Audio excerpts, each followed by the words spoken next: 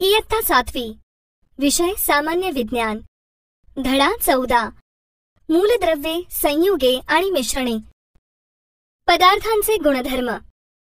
मुलांनो, तुम्हाला माहीतच आहे की पदार्थाच्या 3 अवस्था आहेत, त्या म्हणजे स्थायू, द्रव आणि वायू. उदाहरणार्थ, पाणी द्रवरूप अवस्थेत असते, त्याला उकळले तर त्याची वाफ होऊन ते वायुरूप अवस्थेत जाते, आणि जेव्हा ते फ्रीझरमध्ये ठेवून त्याचा बर्फ बनतो तेव्हा ते स्थायूरूप अवस्थेत जाते. तर पदार्थाचे हे असे एका अवस्थेतून दुसऱ्या अवस्थेत रूपांतर होणे म्हणजेच पदार्थांचे अवस्थांतर होय. आपण पदार्थांचे वेगवेगळे गुणधर्मही अभ्यासले आहेत, जसे ठिसूळपणा, कठीणपणा, घनता, अविद्राव्यता, विद्राव्यता, पारदर्शकता, स्थितिस्थापकता, प्रवाहिता इत्यादी. पण जरी पदार्थाचे हे गुणधर्म असले तरीही हे गुणधर्म सर्व पदार्थात सारखे नसतात. कारण साखर जशी पाण्यात विरघळते तसा दगड पाण्यात विरघळत नाही. लोखंडामध्ये जसा कठीणपणा असतो तसा तो कापसामध्ये आढळत नाही. यावरून आपल्याला समजते की प्रत्येक पदार्थाचे गुणधर्म वेगवेगळे असतात. मुलांना, तुम्हाला माहित आहे का वस्तू कशापासून बनतात? तर वस्तू या पदार्थांच्या किंवा द्रव्यांच्या बनलेल्या असतात. आपल्या आजूबाजूच्या काही वस्तू या मूलद्रव्यांनी, संयुगांनी, मिश्रणांनी बनलेल्या असतात. माती दगडाच्या बारीक कणांनी बनते. तसेच विजेची तार किंवा तांबे या वस्तू धातूंच्या बनलेल्या असतात. तर आपल्या घरातील भांडी ही स्टील, लोखंड, तांबे, पितळ ह्या निरनिराळ्या धातूंची बनलेली असतात. खिळे लोखंडाचे असतात. टेबल खुर्ची ही प्लास्टिक, लाकूड किंवा धातूंपासून बनवतात. खिडकीचे तावदान काचेपासून तयार होते. मीठ, साखर ही संयुगे आहेत. या सर्व वस्तू द्रव्यांपासून तयार होत असतात. म्हणूनच आता आपण या द्रव्याविषयी माहिती घेऊ. द्रव्य. वस्तू ज्यापासून तयार होते त्यास पदार्थ असे म्हणतात, आणि पदार्थालाच समानार्थी शब्द द्रव्य हा सुद्धा वापरला जातो. मात्र शास्त्रीय भाषेत एका संकल्पनेसाठी एकच शब्द वापरला जातो. वस्तू ज्यापासून बनलेली असते त्याला द्रव्य म्हणजेच मॅटर असे म्हणतात, आणि एकच घटक असलेल्या द्रव्याला पदार्थ म्हणजेच सबस्टॅन्स असे म्हणतात. द्रव्याचे कणस्वरूप व गुणधर्म. मुलांनो, आता आपण द्रव्याचे गुणधर्म पाहू. द्रव्याचा पहिला गुणधर्म म्हणजे वस्तू कोणत्याही अवस्थेत असली तरी त्यात असणारे द्रव्य हेच त्याचे गुणधर्म ठरवते. कसे ते पहा. आपण जर खडूचा तुकडा घेऊन त्याचे बारीक कण करत राहिलो तर त्याची शेवटी भुकटी म्हणजेच पावडर होते. आपण जर शाईचे थेंब रुमालाने पुसले तर तो रुमाल शाई शोषून घेतो, आणि त्यामुळे रुमालावर शाईचा डाग पडलेला दिसतो. तसेच जर आपण अत्तराच्या बाटलीचे झाकण उघडले तर अत्तराचा वास सर्वत्र दरवळतो आणि सुगंध पसरतो. आता पहा, या उदाहरणातील खडू हा स्थायू आहे, शाई द्रव आहे, आणि अत्तर वायू अवस्थेत आहे. परंतु त्यांच्यातील गुणधर्म, उदाहरणार्थ रंग किंवा सुवास, हे खडूच्या, शाईच्या आणि अत्तराच्या द्रव्यावरच अवलंबून असतात. द्रव्याचा दुसरा गुणधर्म म्हणजे द्रव्याला वस्तुमान असते. म्हणजेच ज्या द्रव्यापासून ती वस्तू बनली असते त्या द्रव्याला पण वस्तुमान असते. कसे ते पहा. एका तराजूत छोटा दगड ठेवा आणि दुसऱ्या तराजूत मोठा दगड ठेवा. पहा, मोठा दगड असलेले पारडे जड असल्याने खाली जाते. यावरून आपल्याला कळते की द्रव्याला वस्तुमान असते. मोठा दगड असलेले पारडे जड असल्याने खाली जाते. द्रव्याचा तिसरा गुणधर्म म्हणजे द्रव्य जागा व्यापतात. कसे ते पहा. यासाठी एका ग्लासमध्ये काठोकाठ पाणी भरा आणि त्यामध्ये दगड टाका. पहा, ग्लासातील पाणी बाहेर आले आहे. यावरून आपल्याला समजते की द्रव्य जागा व्यापते, म्हणजेच द्रव्याला आकारमान असते. निसर्गात आढळणारी काही द्रव्ये शुद्ध स्वरूपात असतात, म्हणजे त्यांच्यात एकच घटक असतो. अशा एकच घटक असलेल्या द्रव्यास पदार्थ असे म्हणतात. जसे सोने, हिरा, पाणी, चुनखडी हे सर्व एकाच पदार्थापासून बनलेले असतात. मिश्रणे. जी द्रव्ये 2 किंवा अधिक पदार्थांची बनलेली असतात त्यांना मिश्रणे असे म्हणतात. पाणी, सरबत, लोखंड, पोलाद, कोळसा, हवा, मीठ, तांबे, पितळ, माती यामध्ये सरबत, पोलाद, पितळ, माती आणि हवा ही मिश्रणे आहेत. कारण हे पदार्थ एकापेक्षा जास्त द्रव्यांनी बनलेले आहेत. तसेच भाजणीचे दळण हेही मिश्रणे आहे. मुलांनो, इथे काही पदार्थ दिले आहेत. या पदार्थांचे त्यामध्ये असणाऱ्या द्रव्याच्या स्वरूपानुसार म्हणजेच त्यातील द्रव्याचा घटक एक आहे की अनेक आहे असे वर्गीकरण करा. तसेच या द्रव्याची स्थायू, द्रव, वायू यापैकी कोणती अवस्था आहे ते सांगा. द्रव्याचे नाव: कोरीव मूर्ती, सोने, दूध, पाणी, फळी, कॉन्क्रीट, मीठ, माती, कोळसा, धूर, सरबत, शिजलेली खिचडी, वाफ. द्रव्याचे घटक एकच असलेले पदार्थ आहेत. सोने, फळी, मीठ, पाणी, कोळसा, वाफ. द्रव्याचे घटक अनेक असलेले पदार्थ आहेत. कोरीव मूर्ती, दूध, कॉन्क्रीट, माती, सरबत, शिजलेली खिचडी, धूर. स्थायूरूप अवस्थेत असणारे पदार्थ आहेत. कोरीव मूर्ती, सोने, कोळसा, माती, कॉन्क्रीट, शिजलेली खिचडी. द्रवरूप अवस्थेत असणारे पदार्थ आहेत. पाणी, दूध, सरबत. वायुरूप अवस्थेत असणारे पदार्थ आहेत. वाफ, धूर. छान, म्हणजे तुम्हाला पदार्थांच्या अवस्था व्यवस्थित समजल्या आहेत.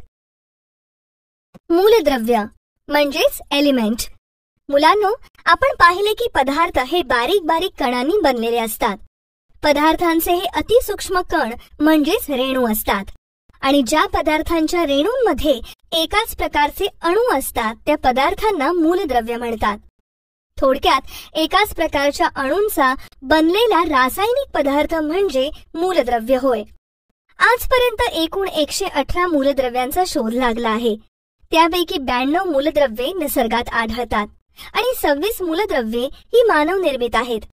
या मूलद्रव्याचे विघटन म्हणजेच आणखी छोटे भाग करता येत नाहीत. असे जर विघटन केलेच तर त्यापासून वेगळा पदार्थ मिळत नाही. कोणत्याही मूलद्रव्याचे कण हे एकाच प्रकारच्या अणूंनी बनलेले असतात. असा हा अणू जरी आपल्याला डोळ्यांनी दिसत नसला तरी असे कोट्यावधी अणू एकत्र आले की त्याचे आकारमान सहज दिसू शकते. प्रत्येक मूलद्रव्यातील अणूचे वस्तुमान व आकारमान निरनिराळे असते. हायड्रोजन, ऑक्सिजन, नायट्रोजन, कार्बन, लोह, पारा, तांबे ही काही महत्वाची नैसर्गिक मूलद्रव्ये आहेत. हवेत hydrogen, oxygen, nitrogen, argon, krypton व झेनॉन ही मूलद्रव्ये असतात. यातील ऑक्सिजन हा निसर्गात वायुरूपात आढळतो. ऑक्सिजनचे 2 अणू एकत्र जोडले जाऊन स्वतंत्र अस्तित्व असलेला ऑक्सिजनचा रेणू तयार होतो. म्हणून हवेमध्ये ऑक्सिजन नेहमी रेणू स्वरूपात आढळतो. अणू जसे डोळ्यांनी दिसत नाहीत तसेच रेणू देखील डोळ्यांनी दिसत नाहीत. आता तुम्हाला वाटेल की कार्बन डायऑक्साईड पण हवेतच वर असतो, मग त्याचे नाव का नाही घेतले? तर कार्बन डायऑक्साईड हे मूलद्रव्य नसून संयुग आहे. कारण कार्बनचा 1 आणि ऑक्सिजनचे 2 रेणू यांनी मिळून कार्बन डायऑक्साईडचा रेणू तयार होतो. या सर्व मूलद्रव्यांचे अणू हे वेगवेगळे असतात. त्यांच्यातील अणूंच्या संख्येवरून मूलद्रव्याची रचना ठरत असते. म्हणूनच अणूच्या या रचनेनुसार त्या मूलद्रव्यास त्याचे गुणधर्म प्राप्त होतात. मुलांनो, आता आपण प्रयोग करूया. त्यासाठी एका भांड्यात पाणी घ्या आणि त्यावर झाकण ठेवून उकळी येईपर्यंत पाणी तापवून घ्या. आता झाकणाच्या आतील बाजूस पहा. आपल्याला भांड्यात पाणी उकळत असल्याने त्यातून वाफा निघताना दिसतात आणि ही वाफ झाकणाच्या आतल्या बाजूला जमा होऊन ती पुन्हा पाण्याच्या थेंबाच्या स्वरूपात दिसते. आता पहा, जर आपण फवारणीच्या पंपात पाणी भरून फवारा उडवला तर पाण्याचे फवारे उडतात. हे पंपातील पाण्याचे फवारे हे अतिसूक्ष्म कणांचे बनलेले असल्याने ते आपल्याला दिसत सुद्धा नाहीत. म्हणजेच ज्याप्रमाणे वाफेतील पाण्याचे कण किंवा फवाऱ्यातील पाण्याचे कण हे अतिसूक्ष्म कणांनी बनलेले असतात, त्याचप्रमाणे प्रत्येक पदार्थ हा अतिसूक्ष्म कणांनी बनलेला असतो. मुलांनो, आता आपण अणुविषयी ज्या शास्त्रज्ञांनी सिद्धांत मांडले त्यांची थोडक्यात माहिती घेऊ. डेमोक्रिटस या शास्त्रज्ञाने मूलद्रव्यांच्या लहान कणांना अणु असे नाव दिले, कारण इंग्रजीमधील ॲटम या शब्दाचा ग्रीक भाषेमधील अर्थ पदार्थाचा अविभाज्य भाग असाच आहे. त्यावरून ग्रीक भाषेत अणूला ॲटम असे नाव पडले. जॉन डाल्टन यांनी 1803 मध्ये अणू निर्माण करता येत नाहीत, त्यांचे लहान कणांमध्ये विभाजन करता येत नाहीत व ते नष्टही करता येत नाहीत असा सिद्धांत मांडला. तसेच काही विशिष्ट चिन्हांचा वापर करून मूलद्रव्ये मांडली आहेत. उदाहरणार्थ तांबे, सल्फर, हायड्रोजन. अणू जसे डोळ्यांनी दिसत नाहीत तसेच रेणूही डोळ्यांनी दिसत नाहीत. मूलद्रव्यांची संक्षिप्त नावे. मुलांनो, रोजच्या जीवनात आपण अनेक प्रकारच्या संक्षिप्त नावांचा वापर करतो. जसे DR म्हणजे डॉक्टर, HM म्हणजे हेडमास्टर, AC म्हणजे एअर कंडिशनर, ADV म्हणजे ॲडव्होकेट, वकील, CM म्हणजे चीफ मिनिस्टर किंवा मुख्यमंत्री इत्यादी. तर अशाच प्रकारे मूलद्रव्ये दाखवण्यासाठी देखील विज्ञानात संक्षिप्त नावांची पद्धत वापरली जाते. मूलद्रव्यांसाठी संज्ञा वापरण्याची पद्धत बर्झेलियस या शास्त्रज्ञाने केली. मूलद्रव्यांसाठी वापरण्यात येणारी संज्ञा ही मूलद्रव्यांच्या नावाचा संक्षेप करून बनवलेली असते. प्रत्येक मूलद्रव्याची संज्ञा इंग्रजी मुळाक्षरांचा वापर करून दर्शवतात. जेव्हा 2 किंवा अधिक मूलद्रव्यांच्या नावांमध्ये पहिले अक्षर सारखे असते तेव्हा अशा मूलद्रव्यांची संज्ञा लिहिण्यासाठी अक्षरांची जोडी वापरतात. उदाहरणार्थ कार्बनसाठी C तर क्लोरीनसाठी Cl वापरतात. आता या शेजारच्या तक्त्यात पहा. यामध्ये काही मूलद्रव्ये आणि त्यांच्या संज्ञा दिल्या आहेत, त्यांचे आपण वाचन करू.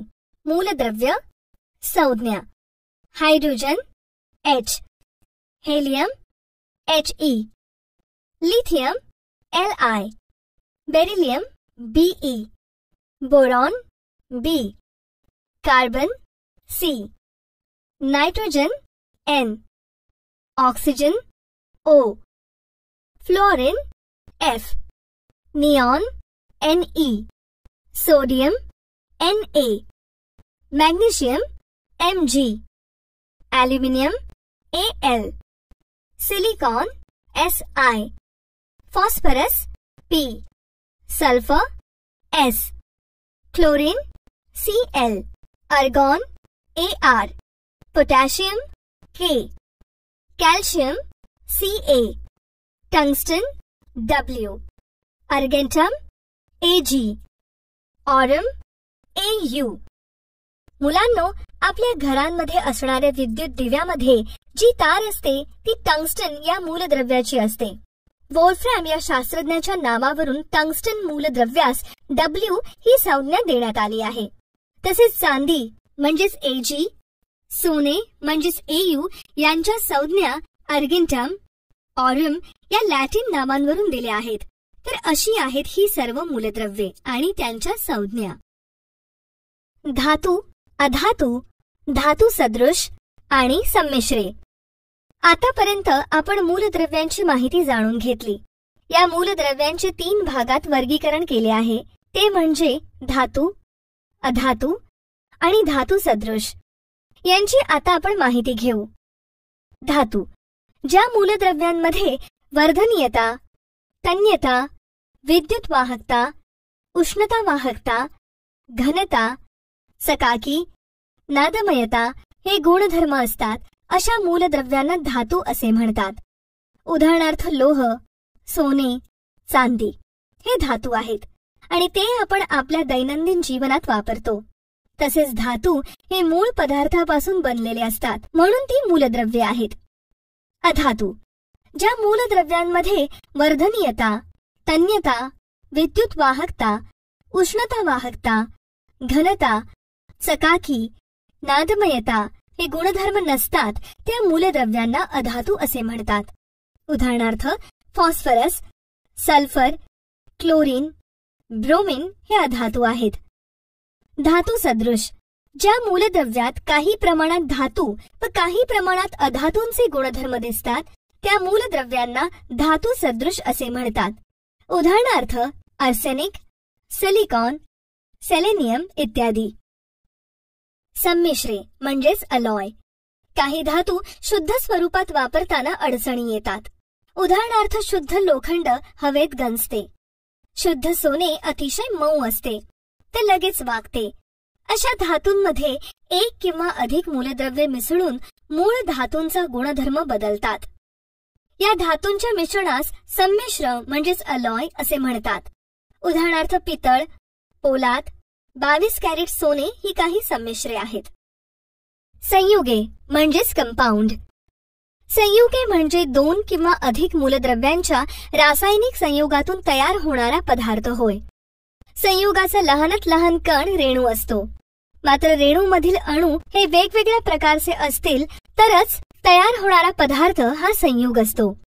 उदाहरणार्थ पाणी. पाण्याच्या एका रेणूमध्ये हायड्रोजनचे 2 अणू व ऑक्सिजनचा 1 अणू असतो. संयुगे नीट समजण्यासाठी आपण काही प्रयोग करूया.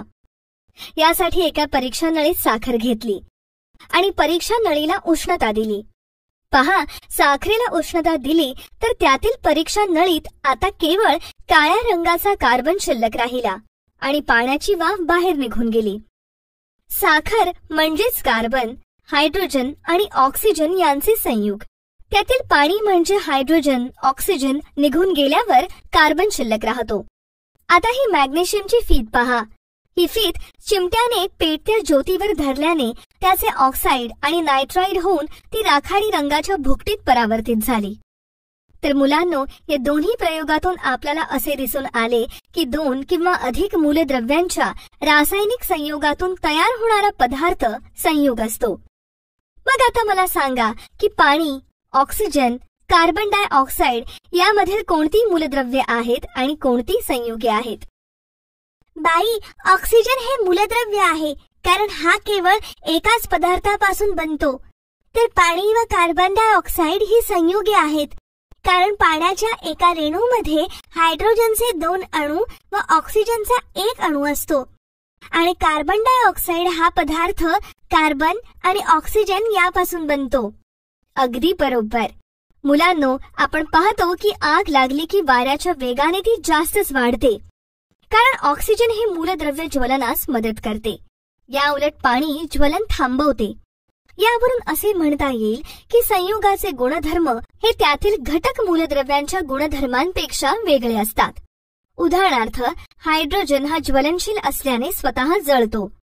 ऑक्सिजन ज्वलनास मदत करतो, परंतु पाण्यात हे दोन्ही रेणू असून पाणी आग विझवते. रेणूसूत्र, मॉलिक्युलर फॉर्म्युला. संयुगे देखील मूलद्रव्यांप्रमाणे संक्षिप्त स्वरूपात लिहितात.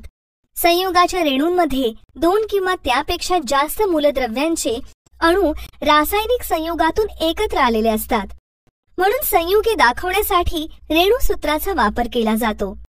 संयुगात असणाऱ्या घटक मूलद्रव्यांच्या संज्ञा व अणूंची संख्या यांच्या सहाय्याने संयुगांचे केलेले लेखन म्हणजे रेणूसूत्र होय. आता आपण संयुगातील घटक मूलद्रव्यांची व त्याच्या रेणूसूत्राची माहिती या तक्त्याच्या रूपात पाहूया. संयुग पाणी. समाविष्ट मूलद्रव्ये हायड्रोजन, ऑक्सिजन. संज्ञा व अणुसंख्या H2O1. रेणूसूत्र H2O. वैशिष्ट्यपूर्ण माहिती. पाणी हे जीवन आहे. पाणी हे वैश्विक द्रावक आहे.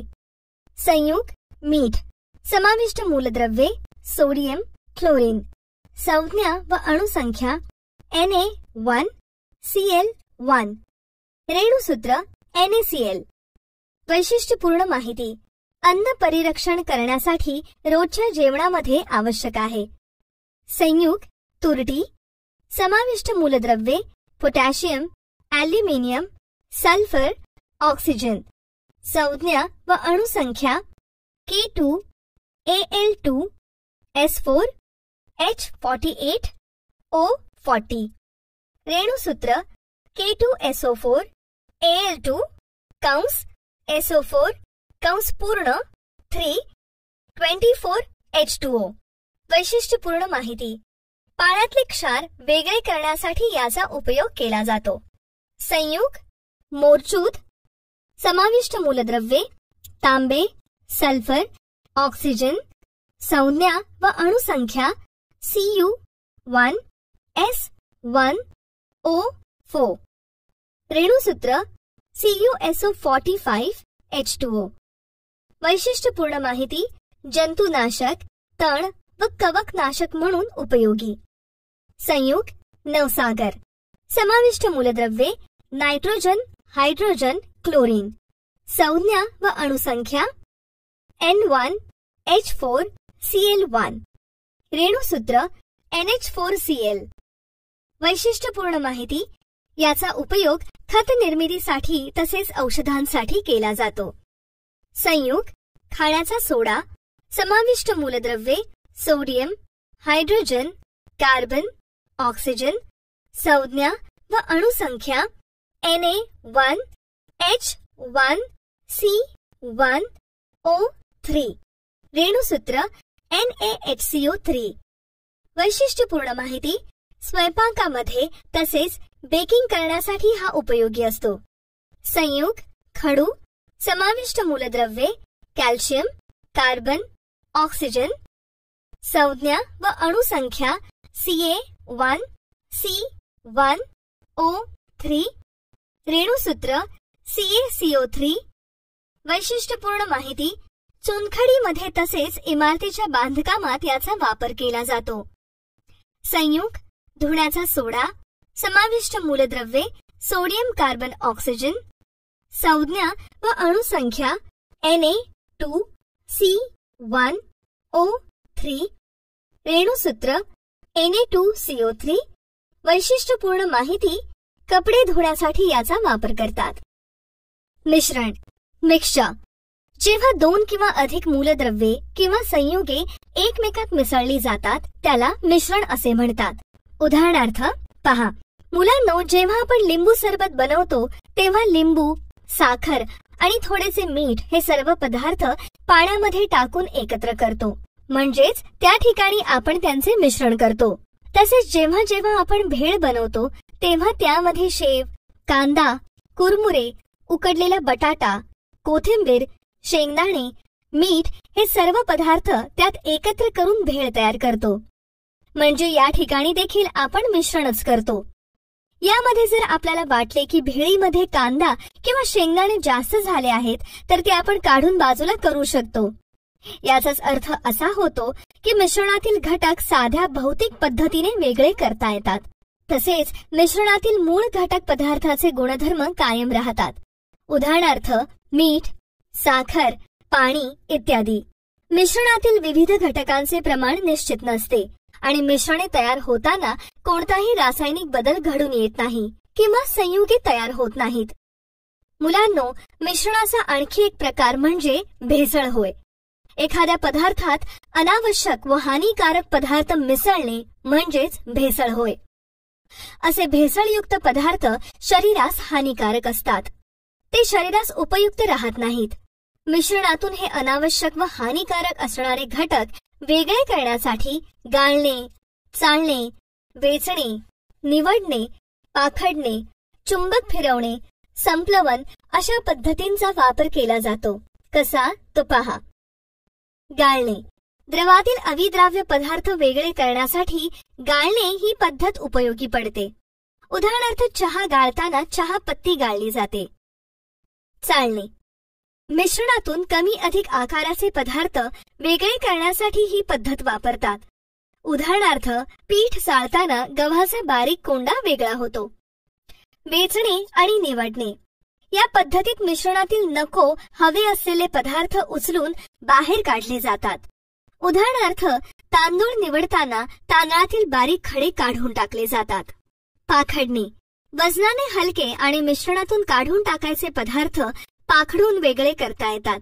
उदाहरणार्थ शेतात धान्य स्वच्छ करताना ही पद्धत वापरतात. चुंबक फिरवणे. मिश्रणात जर लोखंडी वस्तूंची भेसळ झाली असेल तर त्यावर चुंबक फिरवून ते कण वेगळे करता येतात. उदाहरणार्थ रव्यातील लोखंडी चुरा चुंबकाने वेगळा करता येतो. संप्लवन. या पद्धतीत घन पदार्थ थेट वायू रूपात अवस्थांतरित करता येतो. तर अशा प्रकारे वेगवेगळ्या पद्धतीच्या मदतीने मिश्रणातील घटक वेगळे करता येतात. ऊर्ध्वपातन पद्धत, डिस्टिलेशन मेथड. ऊर्ध्वपातन पद्धतीचा वापर द्रावणातून द्राव्य बाहेर काढण्यासाठी आणि अशुद्ध द्रव पदार्थ शुद्ध करण्यासाठी होतो. या पद्धतीचा उपयोग कशा प्रकारे करतात हे आपण या प्रयोगाद्वारे पाहू. कृती. यासाठी एका गोल चंबूमध्ये समुद्राचे अशुद्ध पाणी घ्या. त्या चंबूला 2 छिद्रे असलेले बूच लावा. एका छिद्रातून तापमापी आणि दुसऱ्या छिद्रातून काचेची वाकडी नळी बसवा. आता रबरी नळी घेऊन तिचे एक टोक काचेच्या नळीला तर दुसरी टोक संगणनीच्या नळीला जोडा. संगणनीच्या दुसऱ्या टोकाला पुन्हा रबरी नळी जोडा आणि ती शंकू पात्रात सोडा. त्यानंतर हा गोल चंबू लोखंडी जाळीवर ठेवून उष्णता देण्यास सुरुवात करा. पहा, गोल चंबूतील खारे पाणी उष्णतेमुळे उकळू लागले आहे आणि त्यामुळे चंबूतील पाण्याची वाफ होताना दिसते आहे. ही वाफ संगणनीतून जाताना भोवतालच्या पाण्यामुळे थंड होऊन द्रवरूपात येते. शंकू पात्रात पडणारे थेंब हे अशा प्रकारे गोल चंबूतील मिठाच्या द्रवणातील पाण्याचे असतात. आता पहा, ऊर्ध्वपातन पूर्ण झाल्यावर म्हणजेच चंबूतील सगळ्या पाण्याची वाफ झाल्यानंतर शंकू पात्रात शुद्ध पाणी तर चंबूत मीठ शिल्लक राहिलेले दिसत आहे. तर मुलांनो, ऊर्ध्वपातन पद्धतीमध्ये द्रवाचे ठराविक तापमानाला उत्कलन होते, तसेच त्याचे संघनन देखील होते. ऊर्ध्वपातनाने शुद्ध केलेले पाणी रासायनिक प्रयोगात वापरले जाते, तसेच मोटर गाड्यांच्या बॅटरीमध्ये वापरले जाते.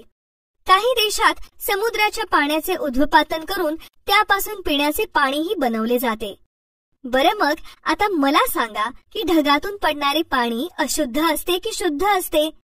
बाई, ढगातून पडणारे पाणी निसर्गतःच शुद्ध असते, पण ते जसे जसे पृथ्वीवर पोहोचते तसे त्यात विषारू वायू विरघळून ते अशुद्ध होते. अगदी बरोबर. विलगीकरण पद्धत, सेपरेशन मेथड. विलगीकरण म्हणजे वेगळे करणे. एकमेकात न विरघळणाऱ्या 2 द्रवांच्या मिश्रणातील 2 द्रव वेगळे करण्यासाठी विलगीकरण पद्धत वापरली जाते. यात जो द्रव तुलनेने जड असतो तो खाली राहतो, तर हलका द्रव त्याच्यावर तरंगतो. विलगीकरण पद्धतीचा वापर कशा प्रकारे केला जातो हे आपण एका प्रयोगाद्वारे पाहूया. कृती. यासाठी रॉकेल आणि पाणी यांचे मिश्रण तोटीबंद असलेल्या विलगीकारी नरसाळ्यात भरा. हे नरसाळे स्टँडला पक्के बसवा. रॉकेल व पाणी यांचे मिश्रण नरसाळ्यात काही वेळ स्थिर ठेवा. पहा, पाणी खाली राहिले आहे आणि रॉकेल त्यावर तरंगत आहे. आता नरसाळे स्थिर ठेवून वरील झाकण काढा. नरसाळ्याची तोटी उघडून तळाचे पाणी चंचू पात्रात जमा करा. पहा, आता रॉकेल नरसाळ्यात राहिले आहे. रॉकेल हे हलके असते म्हणून ते पाण्यावर तरंगते. अशा प्रकारे विलगीकारी नरसाळ्याची तोटी उघडून मिश्रणातील 2 द्रव वेगळे केले जातात. अपकेंद्री पद्धत, सेंट्रिफ्युगेशन. काही द्रव पदार्थांमध्ये स्थायू कण आपल्याला दिसतात. हे कण द्रव पदार्थात अविद्राव्य म्हणजेच विरघळत नाहीत. उदाहरणार्थ गढूळ पाणी, शाई, रक्त, ताक इत्यादी. तुम्ही गढूळ पाणी पाहिले असेलच. ते जेव्हा स्थिर राहते तेव्हा मातीचे कण तळाशी जाऊन बसतात. दूध, शाई यातील कण तळाशी जाऊन बसत नाहीत, कारण अशा मिश्रणातील स्थायूचे कण लहान व हलके असतात. द्रव आणि स्थायूच्या मिश्रणातून स्थायू वेगळे करण्यासाठी सेंट्रिफ्यूज म्हणजेच अपकेंद्री यंत्राचा वापर करतात. या यंत्रात पंख्याप्रमाणे वेगाने फिरणारी एक तबकडी असते.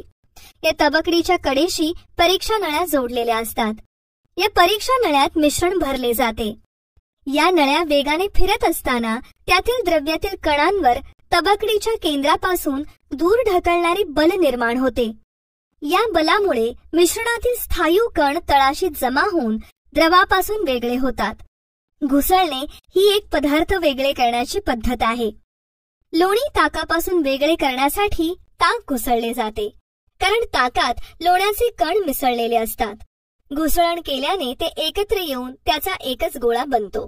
रंजक द्रव्य पृथक्करण पद्धत, क्रोमॅटोग्राफी.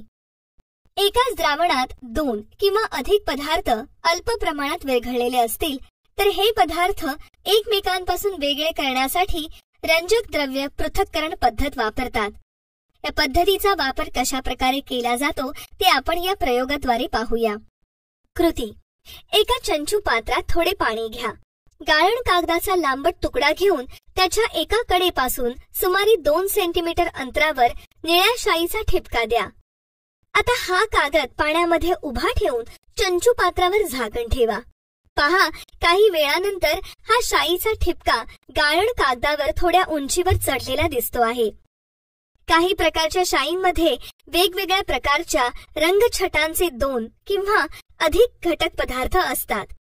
अशा वेळेस ते पदार्थ त्यांच्या रंगछटातील वेगळेपणामुळे वेगवेगळ्या उंचीवर चढून एकमेकांपासून वेगळे ओळखू येतात. असे पदार्थ परस्पर विरोधी व वेगवेगळ्या पदार्थांसाठी वेगवेगळे असल्याने मिश्रणातील वर चढणाऱ्या द्रावकाबरोबर गाळण कागदाच्या टोकापर्यंत न चढता कमी अधिक प्रमाणात मागे राहतात. तर मुलांनो, पदार्थाची वर चढणाऱ्या द्रावकातील विद्राव्यता आणि स्थिर असलेल्या गाळण कागदाला चिकटून राहण्याची त्यांची क्षमता या पदार्थांच्या 2 गुणधर्मांचा उपयोग या पद्धतीत केला आहे. तसेच या प्रकारचा प्रयोग आपण कागदाऐवजी खडूचा वापर करून सुद्धा करू शकतो. अशा प्रकारे रंजक द्रव्य पृथक्करण पद्धतीचा वापर केला जातो. रंजक द्रव्य पृथक्करण पद्धतीचा वापर औषध निर्माण शास्त्रामध्ये नवीन घटक शोधण्यासाठी, मिश्रणातील घटक ओळखण्यासाठी व वेगळे करण्यासाठी तसेच वैज्ञानिक प्रयोगशाळेमध्ये या पद्धतीचा वापर केला जातो. अशा प्रकारे या पाठामध्ये विविध मूलद्रव्ये, संयुगे, मिश्रणे यांची माहिती अभ्यासली आहे. तसेच वेगवेगळ्या पद्धतींचा उपयोग करून मिश्रणातील घटक कसे वेगळे करतात हे पाहिले. तर मुलांनो, अशा प्रकारे आपण आज मूलद्रव्ये, संयुगे आणि मिश्रण या पद्धतीचा वापर कसा आणि कुठे केला जातो ते पाहिले.